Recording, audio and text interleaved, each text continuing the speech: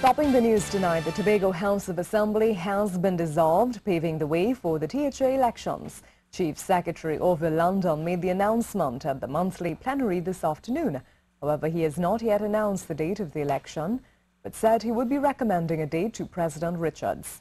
With the Assembly dissolved, the elections would have to be held within 3 months. He said when that date is transmitted to the Prime Minister, he hopes that, as was the practice in the past, it would be accepted.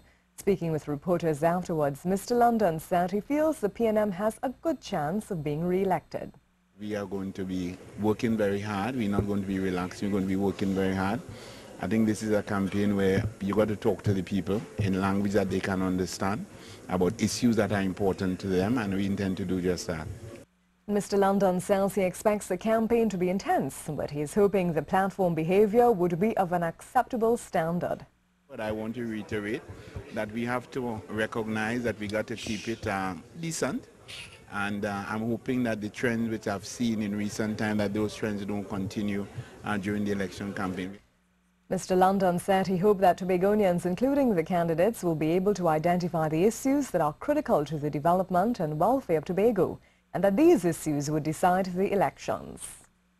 And the minority leader and leader of the Tobago Organization of the People, Ashworth Jack, says it's time for the Tobago House of Assembly to account to the people for the last 4 years.